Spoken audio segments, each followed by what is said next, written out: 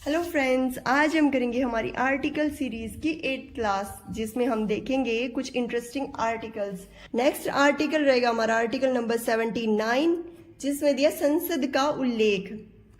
Next article 80, Rajya Sabha की संरचना, जिसमें अधिकतम संख्या होगी 250, वर्तमान में 245 मेंबर है।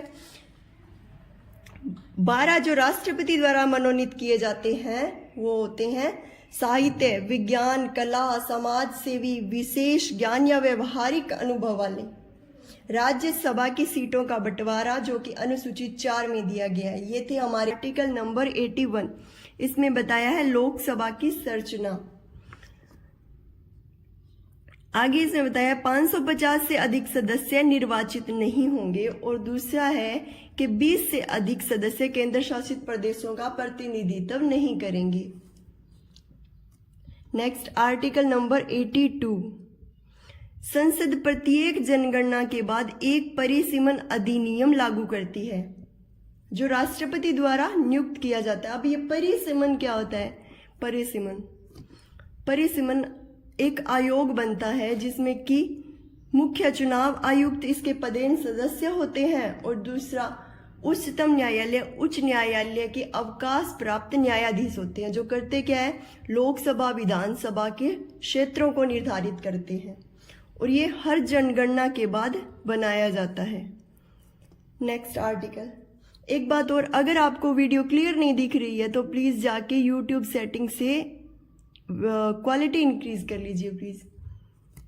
नेक्स्ट आर्टिकल नंबर 83, संसद के सदनों की अवधि, राज्यसभा का विघटन नहीं होगा, किंतु सदस्यों में से यथासंभव निकटतम 1/3 सदस्य जो है विधि द्वारा प्रत्येक द्वितीय वर्ष की समाप्ति पर जो है सेवानिवृत्त हो जाएंगे।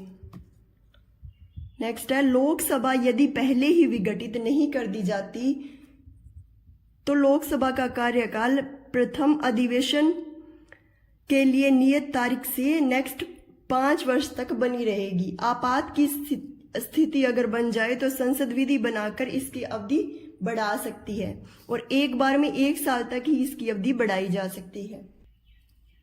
नेक्स्ट आर्टिकल नंबर 84, संसद की सदस्यता के लिए अर्हता यानी योग्यता, वह भारत का नागरिक हो, राज्यसभा में स्थान के लिए कम से कम 30 वर्ष की होनी चाहिए, 30 वर्ष की आयु होनी चाहिए राज्यसभा में अगर वो स्थान प्राप्त करना चाहता है तो, और लोकसभा में स्थान प्राप्त करने के लिए कम से कम 25 वर्ष की आयु होनी चाहिए। नेक्स्ट आर्टिकल नंबर 85, संसद के सत्रावसान और विघटन। अब इसमें क्या दिया है, समय समय पर राष्ट्रपति संसद के प्रत्येक सदन को ऐसे समय और स्थान जो वो ठीक समझे आहत करेंगे यानी बुलाएंगे, किंतु एक स्तर की अंतिम बैठक तथा आगामी स्तर की प्रथम बैठक के नियत तारीख के बीच में 6 माह से अधिक जो है अंतर नहीं होना चाहिए। आर्टिकल नंबर 86, इसमें दिया है कि सदनों को संबोधित करने और संदेश भेजने का राष्ट्रपति का अधिकार। आगे इसमें दिया है राष्ट्रपति संसद के किसी भी सदन को या एक साथ दोनों सदनों को इकट्ठा संबोधित कर सकते हैं, और इस उद्देश्य के लिए सदस्यों की उपस्थिति की आवश्यकता होती है। ये तो सीधी सी बात है, उपस्थित होंगे तभी तो संबोधित कर सकेंगे। नेक्स्ट आर्टिकल हमारा आर्टिकल नंबर 87, राष्ट्रपति द्वारा संबोधन। अब इसमें क्या दिया है, लोकसभा के प्रत्येक आम चुनाव के बाद पहले सत्र की शुरुआत पर, और दूसरी बात यह कि प्रत्येक वर्ष के पहले सत्र की शुरुआत पर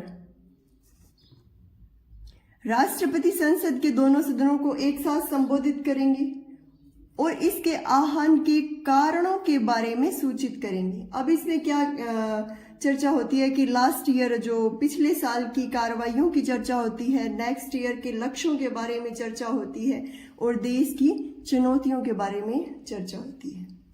नेक्स्ट आर्टिकल देखेंगे हम आर्टिकल नंबर 88, इसमें दिया है सदनों के संबंध में मंत्रियों और महान्यायवादियों के अधिकार।